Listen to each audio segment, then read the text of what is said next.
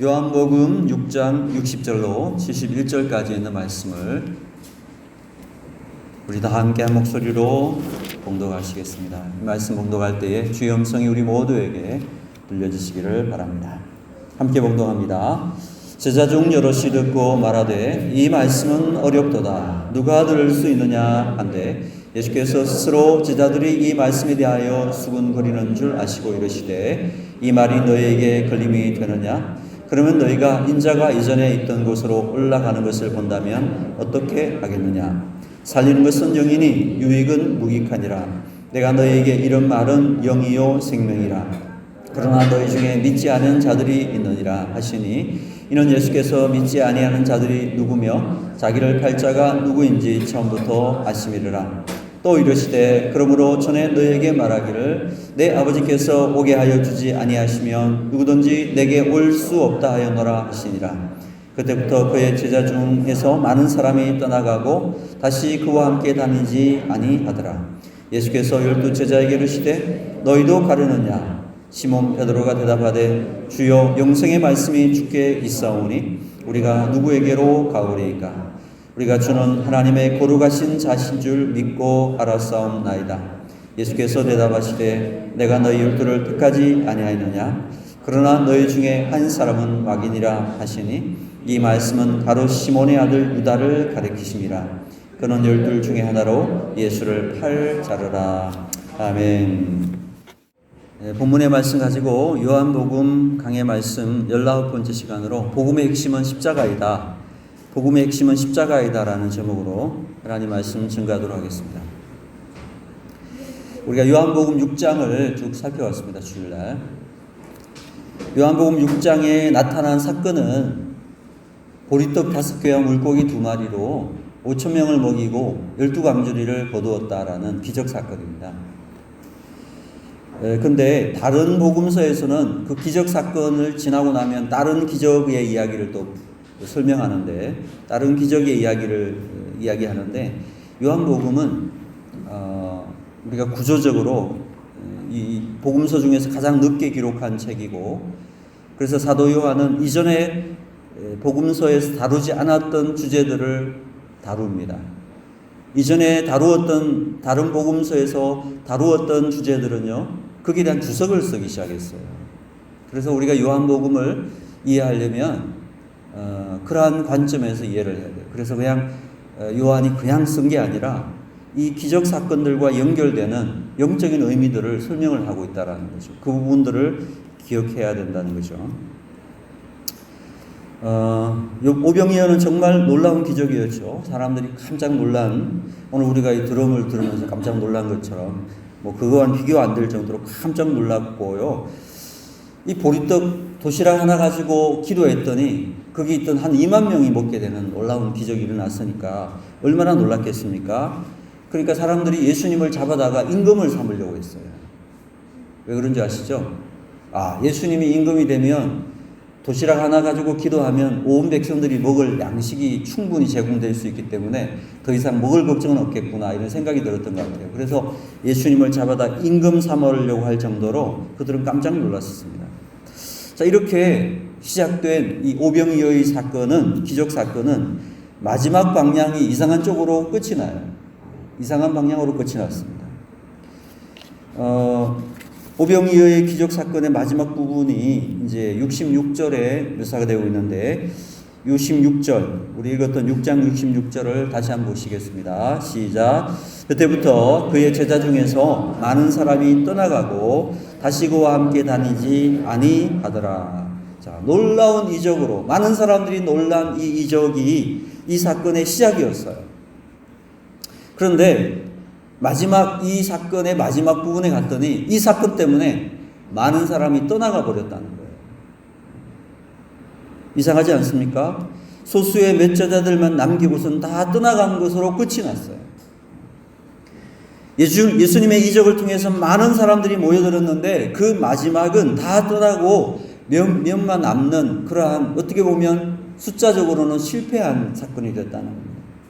처음에는 많은 무리가 모이고 놀라워하고 배불렀고 영광을 찬송하고 세상에 이런 일이 있느냐 그러면서 사람들이 바글바글 모여들었는데 나중에는 다 예수님을 떠나가 버리고 소수의 몇 제자만 남게 되었다. 이것이 오병이의 사건에 보여지는 현상의 이야기라는 겁니다. 자, 여러분, 이렇게 된 이유가 무엇일까요? 왜 이런 결과가 생기게 됐을까요?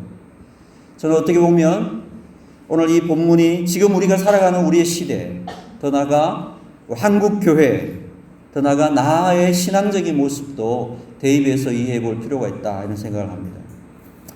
처음에는 많은 사람들이 모였다가 점점 떠나가 버리고 교회가 텅텅 비는 그런 일들이 기독교 역사 가운데는 굉장히 많이 일어났었던 것입니다.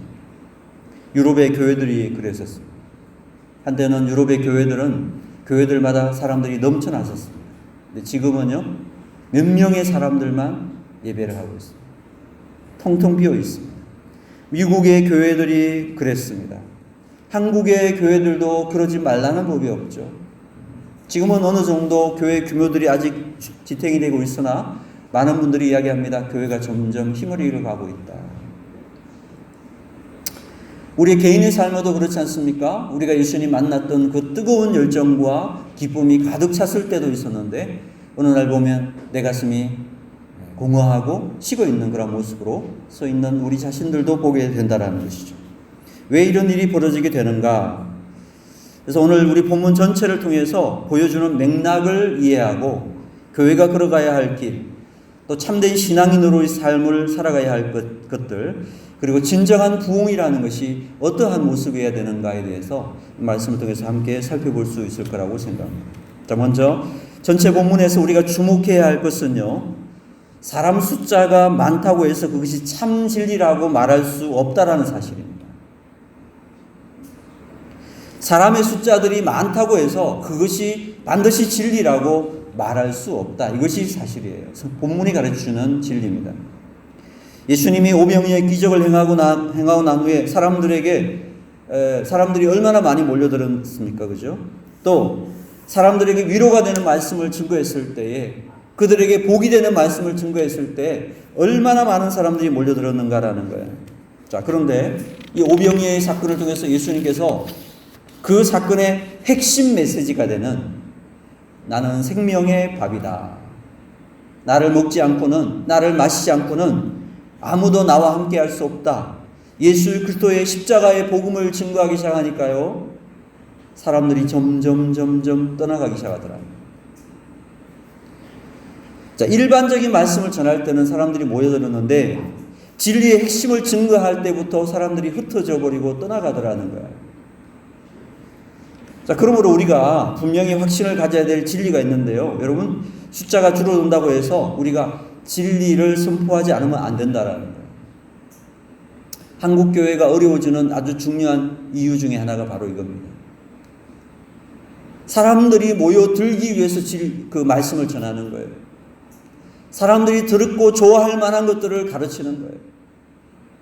사람은 모을 수 있어요. 그런데 정작 진리의 말씀, 핵심이 되는 말씀을 증거하지 않으니까 교회가 힘을 잃는다는 거예요. 사람은 많이 모일 수 있지만 힘을 잃을 수가 있다는 것입니다. 사랑하는 여러분, 아무리 많은 사람이 떠나간다 하더라도요, 교회는 사람이 많이 모이는 장소가 중요한 게 아니라 진리의 말씀을 증거하는 진리의 기둥과 터가 되는 것이 더 중요하다라는 거예요. 교회는 수가 많으냐 적으냐에 의해서 세워지는 것이 아닙니다. 교회는 진리를 기초 삼고 그 진리를 붙잡고 증거하는 것이고, 그 진리를 위해 자신의 생명을 드릴 수 있는 사람들이 모인 것이 교회라는 공동체의 특성입니다. 왜 많은 사람들이 모였습니까? 6장 2절을 보시면 큰 무리가 따르니 그 이유는 병인들에게 행하시는 표적을 봄이라. 예수님을 따랐던 많은 사람들이 따랐던 이유는 병자들에게 행한 기적, 병자들을 치료해내는 놀라운 능력을 보면서 따랐다는 것입니다. 요즘으로 말을 하자면 신유의 질병을 치료하는 신유 현상가 나타난 거예요. 그래서 안수기도 했더니 아픈 사람이 치료가 되더라는 거예요. 막 기적 사건이 일어났다는 것입니다. 우리 그런 말 있죠. 용하다는 그런 기도원들 있잖아요. 그런 데 가면 사람들이 바글바글 해요. 병 나으려고 사람들이 막 찾아가요. 여러분, 우리 충성교회도 사람 모으는 비결 간단해요. 남 목사가 용하다는 소문을 좀 내주시기 바랍니다. 남 목사 기도 한번 하면 막 절룩절룩 절던 환자들이 그냥 그 자리에서 뛸 수 있고, 아파서 감기 환자들 그냥 저 간호사 찾아가지 말고 목사님 찾아가서 기도 한번 받아. 그러면 다 낫는다. 이런 소문이 퍼지면 사람이 안 오겠습니까? 그렇죠? 사람 모으는 것은 그렇게 하면 모을 수 있어요. 예수님이 병 고친다고 하니까 사람들이 모여들었어요. 또 사람들이 왜 모였습니까? 6장 26절 보시면 너희가 나를 찾는 것은 표적을 본 까닭이 아니오 떡을 먹고 배부른 까닭이라. 이적을 통해서 떡과 고기를 먹고 배불렀기 때문에 예수님을 따랐다는 것입니다. 자, 요즘 말로 말하면 이거예요. 예수님을 믿었더니 성공하더라는 거예요. 예수님 복 주셔가지고 예수님 믿었더니 성공하고, 예수님 믿었더니 출세하고, 예수님 믿었더니 승진하고, 예수님 믿었더니 문제 해결되고, 예수님 믿고 기도하고 복권을 샀더니 망하고 터져가지고 대박이 나고. 여러분 그런 거 보셨죠? 복권 중에 보면 1등 당첨자 나온 복권 장소다 이러면 사람들이 거기가 또 삽니다. 그런 거죠. 그래서 뭐든지 하면 잘 되고 뭐든지 하면 성공하고, 또 예수 믿으면 적극적인 사고를 가져가지고 뭐든지 하면 된다. 할 수 없는 일이 뭐가 있느냐, 이렇게 외치면요 사람들이 또 몰려든다는 거예요. 입맛이 맞는 거죠. 매력적으로 보이는 거죠. 자, 그래서요 병도 낫고 성공도 하고 복도 받고 그래가지고 사람들이 교회로 모여들 수 있다는 거죠. 예수님 따르는 사람들도요 그렇게 해서 따랐다는 거예요. 저는 이러한 예수님 이렇게 해서 교회를 나오는 것이 잘못됐다 이렇게 이야기하는 게 아니에요. 충분히 예수님도 그렇게 사람들을 모았으니까 사람 모을 수 있어요. 잘못됐다고 말할 수 없습니다. 그런데 문제는 뭐냐면 그렇게 해서 사람들이 모여든다 하더라도 거기에 머물러 있는 것이 문제라는 거죠. 거기에 머물러 있게 된다면 복음의 진리가 더 이상 전파되지 않는다는 거죠. 많이 모인 사람들이 어떻게 했습니까? 예수님이 오병이어의 기적을 행하시니까요 그 사람들이요 예수님을 잡아서 임금 삼으려고 했다는 겁니다. 물론 예수님 피하셨습니다. 그들은 예수님을 자신의 어떤 본능적인 욕구나 채워줄 수 있는 그런 도구로 생각했어요. 도깨비 방망이처럼, 마치 램프에 요즘 지니처럼 부르면 나타나가지고 나의 필요를 채워주는 그런 도구 정도로 생각했다라는 거죠. 근데 절대로 그분이 생명의 말씀을 주시는 분이라고 생각하지 않았다라는 거죠. 이것이 문제라는 것입니다. 지금도 마찬가지입니다. 우리가 예수님을 구세주로 고백하고 예수님을 믿는다고 말합니다. 분명히 예수님을 믿고 예수님을 이름을 부르는데 예수님을 믿고 예수님을 부르는 목적이 뭐냐? 예수님을 수단과 도구로 생각하는 겁니다. 예수님을 내 삶에 이용하는 것입니다. 이걸 가리켜서 우리는 또 다른 우상숭배라고 하는 것입니다. 교회 다니면서 얼마든지 우상숭배가 가능합니다. 자기의 필요에 따라서 예수님을 이용하려고 하면 그것이 우상이고요. 그것은 진실한 신앙의 모습이 아니라는 것입니다. 분명히 예수님 이름을 부르지만 왜 부르느냐? 자기의 필요와 목적을 이루기 위해서 예수님을 도구로 사용하는 것입니다. 도깨비 방망이처럼 예수님을 사용하면 그것은 우상숭배에 절하는 것입니다. 오늘날 우리 한국교회에 큰 부흥이 왔는 후에 지금 침체기를 맞이했다 혹은 쇠퇴기를 맞이했다 이런 이야기를 합니다. 교회들마다 위기의식을 느낀다고 말합니다. 왜 그렇습니까? 이유는 다른 데 있는 것이 아닙니다. 하나님 앞에서 교회의 관심이 떡과 생선의 표적을 보고 많이 모여든 사람에게만 관심을 머물고 있기 때문에 그렇다는 거예요. 예수님의 진리의 말씀은 외면하고 이적과 표적 혹은 달콤한 어떤 말씀, 내 마음을 채워주는 그런 말씀들에만 관심이 있기 때문에 그렇다는 거예요. 예수님께서 뭐라고 말씀하셨습니까? 내가 생명의 떡이다. 생명의 밥이다. 내가 왜 오병이어의 기적을 나타내는지 아느냐? 그것은 그 떡을 먹고 배부르는데 머물지 말고 그 육체의 배부름을 느끼는데 그 육체의 배부름을 내가 채워주었듯이 너희들 영혼을 구원할 것은 오직 나 자신만이 나만이 너희들의 영혼의 배부름을 채워줄 수 있을 것이라는 그 말씀을 증거하기 위해서 이 기적을 베풀었는데, 그것이 예수님의 뜻인데 이 사람들의 관심은 그냥 오로지 배고픈 거 채워주는 것, 오로지 내 문제를 해결해 주는 것에 초점을 두게 되더라는 것입니다. 그래서 예수님께서 이렇게 말씀하셨죠. 나의 피와 나의 몸을 먹지 아니하고는 생명을 얻을 수 없느니라. 예수님은 떡과 생선을 먹고 배불러서 모인 사람들을 욕하지는 않았어요.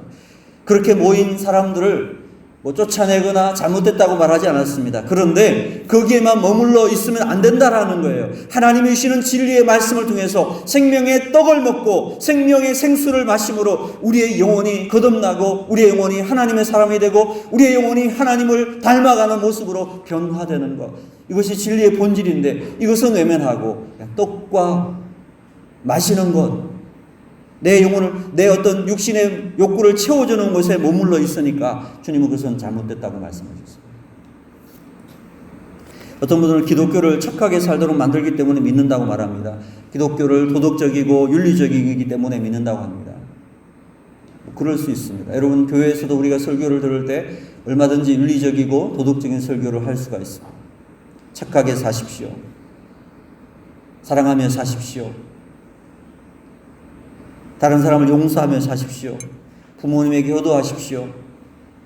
얼마든지 그런 윤리적인 설교는 있을 수 있죠. 그런데 문제는 뭐냐면 여러분, 이런 인간의 보편적인 윤리나 도덕의 그 가치들은요, 기독교에서만 가르치는 것은 아닙니다. 사실 이런 윤리와 도덕이 훨씬 더 발달한 것은요, 불교입니다. 불교의 메시지를 보십시오. 윤리적으로 틀린 게 뭐가 있습니까? 너무나 윤리적으로 그들은 아주 높은 수준의 윤리를 가지고 있어요. 유교, 훨씬 더 윤리적이죠. 그렇지만 성경은 무엇을 말씀하고 있는가? 성경은 이런 보편적 인간의 윤리에 머물러 있으라고 말씀하지 않는다는 거예요. 인간은 죄인이다. 인간 스스로의 힘으로는 구원받을 수 없다. 오직 예수 그리스도의 피가 아니면 구원받을 수 없다라고 성경은 분명히 선포하고 있습니다. 보편적 윤리에 머무르지 말고 성경은 더 나가야 된다라는 거예요. 어디로? 예수님의 십자가 앞으로 나가야 된다. 예수 그리스도의 십자가 앞으로 나아가는 것, 그것이 바로 복음의 핵심이고 진리라는 것입니다. 복음의 핵심은 십자가라는 거예요. 예수님 메시지에 그게 핵심이 있다라는 거예요. 자, 이렇게 말씀하시니까 이스라엘 백성들이 어떻게 반응했습니까? 오병이의 기적을 보면서 배불리 먹으니까 참 좋았습니다. 많은 사람이 따랐습니다. 이제 예수님께서 모인 무리들에게 말씀을 증거하기 시작했어요. 너희들이 배불렀지. 그런데 사람은 그거로만 사는 것이 아니야. 사람은 안에 영혼이 있고 그 영혼은 하나님의 말씀을 먹어야 되는 거야. 영생하는 양식을 먹어야 배부른 것이다. 그리고 그 영생하는 양식으로 온 것이 바로 나 자신이다. 내가 생명의 떡이니, 내가 생명의 피니, 나를 먹고 마셔야지만 영생을 얻을 수 있다. 이렇게 말씀하셨죠. 그러면서 십자가를 증거하면서 헌신을 증거했습니다. 나를 따르라고 말씀하셨습니다. 아무든지 나를 따라오려거든 자기를 부인하고 날마다 제 십자가를 짓고 나를 쫓으라고 이렇게 말씀했습니다. 그러니까 어떻게 반응했습니까? 사람들이요? 하나 둘씩 떠나가기 시작했습니다. 육에 대한 말씀에서 영에 대한 말씀으로 차원을 높이니까요, 떠나갔다라는 것입니다. 육적 배부름에서 영적 배부름에 대한 이야기를 하니까 자기들은 그 필요 없다 그러고 그냥 떠나가 버리더라. 자, 60절을 다시 보시기 바랍니다. 6장 60절을 다시 보겠습니다. 같이 읽습니다. 시작. 제자 중 여럿이 듣고 말하되 이 말씀은 어렵도다. 누가 들을 수 있느냐 한데, 이 말씀은 어렵도다. 이 어렵다는 말의 원어를 찾아보니까 말씀을 이해하기 어렵다 이런 뜻이 아닙니다. 이 말씀의 뜻은 이겁니다. 나는 싫다. 그 말씀에 나는 동의할 수 없다. 그 의미가 어렵도다 이렇게 사용했습니다. 나는 그것 때문에 오지 않았다. 내가 온 것은 그냥 이 육신의 배를 채워주고 병을 고쳐주고 오면 복 준다고 하길래 지금 내가 왔는데 무슨 엉뚱한 소리냐. 나는 싫다. 그래서 떠나갔다라는 거예요. 자, 66절을 또 있습니다. 시작. 그때부터 그의 제자 중에서 많은 사람이 떠나가고 다시 그와 함께 다니지 아니하더라. 이것이 이제 현실이 되었습니다. 모인 무리를 한 2만 명 가까이 추정하거든요. 남자만 5천 명이었으니까요. 2만 명 가까운 사람들 중에서 제자 몇 사람 남은 거예요. 12제자 빼고 뭐 몇 사람 남았고 나머지는 다 떠나갔다는 거예요. 여러분 참된 십자가를 복음을 증거하면요. 보통 사람들이 그것을 아멘 하면서 마음속에 받아들이고 내가 예수님을 섬겨야지 그러고 나오는 거 아니라요. 오히려 저항할 수 있다라는 거죠. 오히려 그것이 걸림돌이 되어서 십자가의 복음을 증거하게 되면 떠나가는 사람들이 있을 수 있다는 겁니다. 저는 이것이 참 중요하다고 생각합니다. 많은 분들이 예수님 믿고 은혜 받고 말씀을 마음에 새긴 후에 충성해야 되고 헌신해야 되고 희생해야 되고 고난의 십자가를 져야 되고 봉사해야 되고 뭐 이렇게 이야기하면 어떻게 말하는 줄 아세요? 참 신앙생활하기 어렵네요. 나는 그냥 내 마음의 평안 좀 얻으러 왔는데 뭐 이렇게 요구하는 게 맞나요? 이 말씀은 어렵도다. 그리고 떠나간다. 듣기 싫다는 거예요. 그리고 그냥 아무것도 요구하지 않는 곳에 가서 내가 헌신하지 않아도 내가 특별히 봉사하지 않아도 내가 수고하지 않아도 되는 그러한 것을 찾아다닐 수밖에 없게 된다는 거죠. 어떤 글을 읽다 보니까 어떤 청년의 이야기가 나와요. 어떤 청년이 재수를 했대요. 재수를 했는데 안 돼서 삼수를 했습니다. 학원에 가기 전에 교회에 나와서 새벽 기도를 하고 가고 밤늦게 공부하고 난 다음에 다시 교회에 와서 간절히 기도하고 돌아가는 그런 모습을 보면서 담임 목사님께서 너무 안타까운 마음이 들어서 그 청년을 붙잡고 잠시 기도해 주겠다고 하면서 기도해 줬다고 합니다. 예수님, 저 친구가 꼭 대학에 붙어서 하나님을 사랑하는 마음으로 헌신할 수 있게 해주세요. 그렇게 기도를 했는데 붙었을까요? 안 붙었을까요? 네, 안 붙었으면 제가 이야기 안 하겠죠. 네, 붙었습니다. 정말 기적처럼 잘 풀렸습니다. 자, 그 청년이 대학에 합격하고 난 후에 어떻게 반응했을까요? 우리 생각에는 이제 이렇게 하나님의 은혜로 합격도 하고 했으니 주님 앞에 나와서 교회에서 헌신하고 봉사하고 충성했겠는가 뭐 그런 생각을 하겠죠. 근데 그게 아니었다는 것입니다. 훨씬 더 많은 시간이 생겼는데요. 재수 삼수할 때는 새벽 저녁으로 나와서 부르짖고 기도하던 사람이 대학에 붙고 나니까 시간은 많았잖아요. 그런데 주일 예배도 안 나오더라는 것입니다. 이런 걸 가리켜서 영적으로 먹튀다 이렇게 이야기합니다. 영적인 먹튀.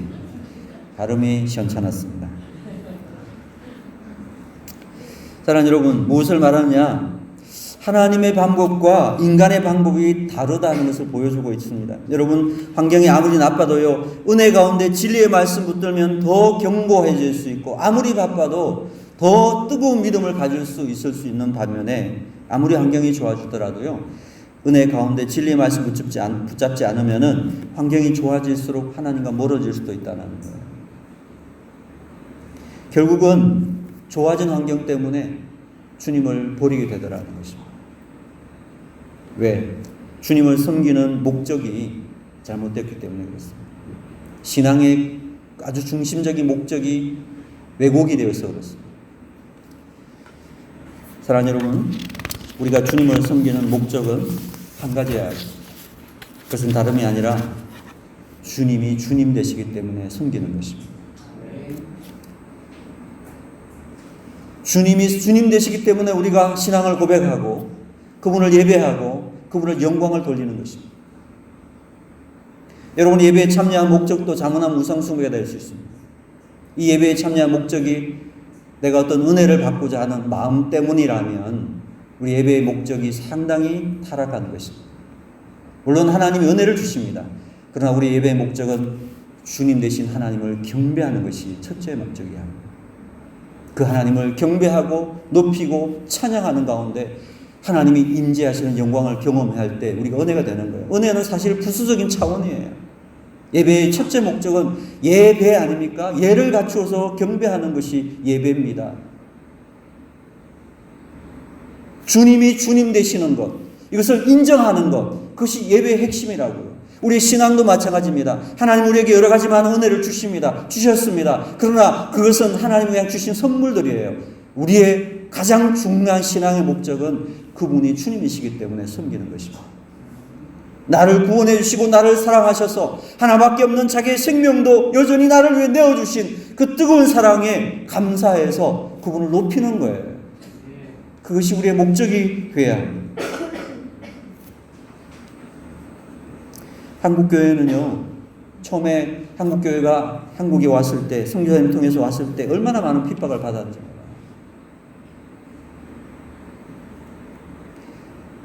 그러한 피 흘린 순교의 발자취를 쫓아 한국교회가 부흥해서 하나님 복주셔가 기독교 역사에 이런 적이 없었어. 100년 만에 1000만 명이 넘는 전 인구의 4분의 1이 되는 사람들이 예수를 믿고 교회를 다니는 이런 역사는 기독교 역사에 없었어요. 그런데요, 한국교회가 왜 휘청거리는 거예요? 기독교의 본질을 벗어난 부흥이 그 속에 끼어 있었다라는 거예요. 예수 그리스도를 신앙의 주인으로 고백하면서 그분을 위해서 내 모든 삶을 희생할 수 있는 그러한 주인 대신 인정하는 그러한 신앙이 아니라 잘 된다고 하니까, 복 준다고 하니까, 건강해진다고 하니까, 성공한다고 하니까, 출세시켜준다고 하니까 주님을 다 이용해 먹는 그런 신앙이었기 때문에 어느 순간 그것이 안 되면 떠나가는 거죠. 순식간이죠. 그래서 사실 기독교 복음은 고난과 함께 부흥해 왔어요. 사실. 한국교회가 가장 경계해야 될 것이 뭔지 아십니까?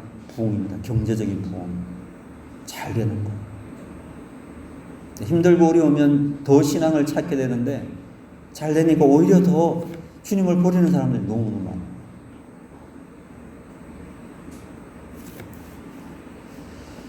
진리의 말씀이 증거되면 잠시 동안은 수가 줄어드는 것처럼 보일 수 있어요. 그렇지만 여러분, 진리의 말씀을 인해서 더 큰 부흥이 일어난다는 사실을 우리 기억해야 합니다. 그런데 그 부흥이라는 것은 사람의 수가 많아지는 부흥만이 아니라 하나님을 인정하는, 예수 그리스도를 구주와 주님으로 고백하는 진정한 영적 부흥을 이루게 된다는 것입니다. 중국 교회를 보시면 그게 증명이 되는 것 같습니다. 여러분, 중국 교회가 문화혁명을 이후로 교회가 해산되었습니다. 사람들은 중국 교회가 끝났다고 생각했습니다. 근데 문화혁명 후에 100년을 지난 다음에 중국 교회를 들어가 보니까 지하교회에 엄청난 부흥의 역사가 일어났습니다. 그들은 순교의 각오로 예배를 드렸습니다. 예배를 하기 위해서 3일 동안 걸어왔대요.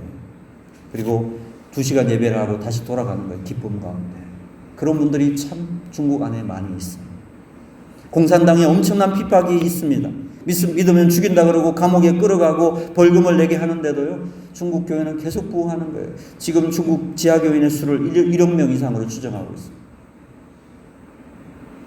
참된 진리의 말씀이 있으니까 아무리 핍박과 환란이 있다 하더라도 더욱 불타오르게 되는 거예요. 이것이 진짜 부흥입니다. 내가 잘 돼서 기도한 응답으로 그 부흥이 아니라 주님이 주님 되심을 인정하는 그 기쁨, 주님이 나의 주님이 되신다는 그 사실 때문에 말할 수 없는 감격이 내 뱃속에서부터 끌어오르는 이러한 감격이 있는 신앙, 이것이 참 신앙인데 이것이 참된 부흥의 모습이라는 것입니다. 사랑하는 여러분, 여러분의 신앙의 삶을 한번 돌아보시면 좋겠습니다. 나는 무엇 때문에 주님을 따르고 있는가? 사람들이 많이 모인 곳에 열광하고 거기에 초점 맞추면 언젠가는 그 열기가 식었을 때 실망하게 될 것입니다. 군중이 아니라 그리스도의 몸의 지체로서 주님을 위해 충성하고 주님을 주인됨으로 인정하는 참된 믿음에서 주님을 따르는 여러분의 신앙 되기를 진심으로 소망합니다. 주님을 따르면 주님께서 우리의 필요한 것들을 공급해 주시기도 합니다. 우리의 기도에 주님께서 즉각적으로 응답도 해 주십니다. 그러나 여러분 기억하십시오. 그런 모든 것들은 부수적인 선물입니다. 우리의 신앙의 목적은 한 가지여야 합니다. 그분이 나의 주님이시기 때문에 따르는 것입니다. 나의 구원자시기 때문에 따르는 것입니다. 그렇기 때문에 그 주님으로 인해서 받는 모든 환난들도 또한 기뻐할 수가 있게 되는 것입니다. 저는 우리 충성교회가 사람이 모인다는 것의 자랑이 아니라 우리가 주를 위해 언제든지 충성하고 헌신할 수 있는 그리스도의 제자인 것을 자랑하는 교회가 되기를 진심으로 소망합니다. 수많은 군중에 의해서 세워진 교회보다 주를 위해 헌신하는 소수의 사람들이라도 주를 위해 자신의 목을 내어놓을 수 있는 그러한 충성하고 헌신 있는 사람들이 모여있는 교회, 그 교회가 참 능력 있는 교회의 모습일 것이다. 저는 그런 교회가 우리 충성교회 또 여러분의 섬기는 교회가 되기를 진심으로 소망합니다. 이 땅 살아가면서 주님을 위해 헌신하고 충성하는 신실한 주님의 백성들도 세워줄 수 있게 되기를 주의 이름으로 축원합니다. 기도하겠습니다.